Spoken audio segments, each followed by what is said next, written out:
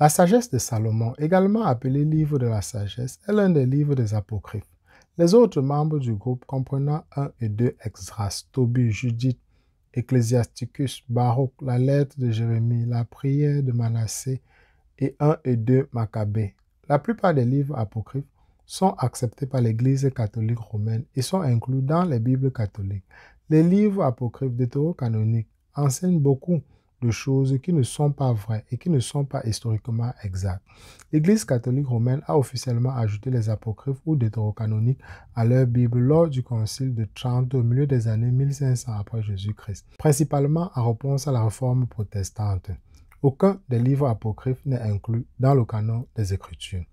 Certains pensaient que la sagesse de Salomon avait été écrite par le roi Salomon, bien que son nom n'apparaisse nulle part dans le texte. Cependant, l'Église primitive rejeta la paternité de Salomon. Un manuscrit ancien reconnu sous le nom de fragment muratorien fait référence à la sagesse de Salomon comme ayant été écrite par les amis de Salomon en son honneur. Il est largement admis aujourd'hui, même au sein de l'Église catholique, que Salomon n'a pas écrit ce livre, qui remonte au 1er ou 2e siècle avant Jésus-Christ, plusieurs siècles après la mort de Salomon. Bien que Salomon ait beaucoup écrit sur le sujet de la sagesse dans les Proverbes et l'Ecclésiaste, il ne l'a jamais élevé au rang de partie de la divinité. Une philosophie trouvée dans la sagesse de Salomon. Le livre fait référence à la sagesse dans les termes que la Bible réserve au Messie, en disant « Elle » ou la sagesse est le reflet de la lumière éternelle, un miroir sans tache de l'œuvre de Dieu et une image de sa bonté. Voir Sagesse chapitre 7, verset 26. Le livre des Hébreux réserve de telles distinctions au Fils de Dieu, qui est le rayonnement de la gloire de Dieu et la représentation exacte de son être. Hébreux chapitre 1, verset 3. Plus flagrant encore, Sagesse 9, verset 18 dit que le salut est un acte de sagesse, alors que l'Écriture dit clairement que le salut s'obtient par la foi, un don de Dieu pour ceux qu'il appelle, justifie et sanctifie. Éphésiens chapitre 2, verset 8 à 9 ou Romains chapitre 2, verset 8 à 9. En fait, si l'homme devait dépendre de sa sagesse pour son salut, nous serions perdus à jamais sans espoir parce que ceux qui ne sont pas rachetés sont morts dans leur offense et dans le péché. Voir Éphésiens chapitre 2, verset 1 à 4. Et leurs esprits obscurcis. Éphésiens 4, verset 18. Et leur cœur trompeur et désespérément méchant. Jérémie 17, verset 9. Les livres apocryphes sont acceptés par l'Église catholique romaine parce que de nombreux livres enseignent des doctrines catholiques qui ne sont pas en accord avec la Bible, notamment la prière pour les morts, la demande à Marie d'intercéder auprès du Père, l'adoration des anges et l'aumône en guise d'expiation pour les péchés. Une partie de ce que disent les apocryphes ou deutérocanoniques est vrai et correct. Cependant, en raison de leurs erreurs historiques et théologiques, les livres, y compris la sagesse de Salomon, doivent être considérés comme des documents historiques et religieux faillibles et non comme la parole inspirée et faisant autorité de Dieu. Maintenant, discutons du livre du Testament de Salomon. Le Testament de Salomon est une œuvre écrite des siècles après la naissance du Christ qui prétend raconter les aventures naturelles de Salomon, le fils du roi David. Le Testament de Salomon est structuré un peu comme une confession sur son lit de mort ou une lettre destinée aux héritiers.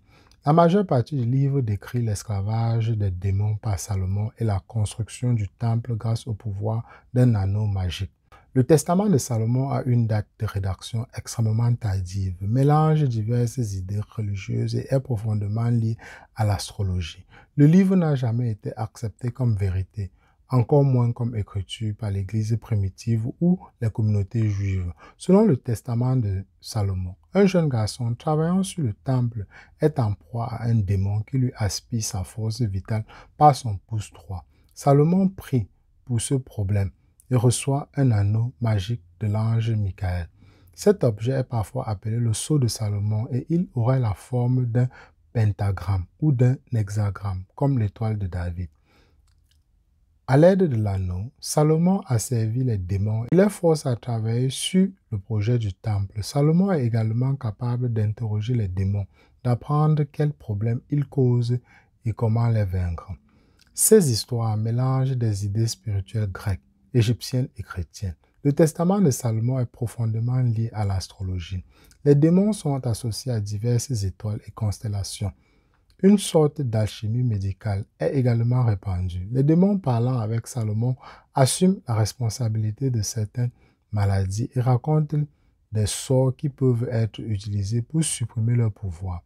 De nombreux noms donnés aux démons dans cet ouvrage sont tristement célèbres dans la mythologie et la littérature, des noms tels qu'Asmodée ou Abizu.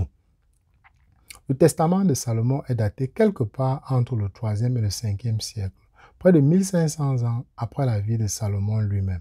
En termes de valeur, le testament de Salomon n'est utile que pour un aperçu des légendes et des mythes concernant Salomon. Les historiens notent que Salomon était un sujet d'histoire populaire au début de l'ère chrétienne. Des récits fictifs tels que le testament de Salomon reflètent cet intérêt. Le contenu de ce texte n'est pas en accord avec l'écriture inspirée et n'a en aucun cas été accepté par l'Église primitive. Les érudits juifs le considéraient également comme fictif. Eh bien, nous arrivons au terme de cette vidéo. J'espère vous avoir édifié. Si c'est le cas, laissez-moi un pouce levé. Abonnez-vous si ce n'est pas encore le cas. On se retrouve très rapidement pour une prochaine capsule.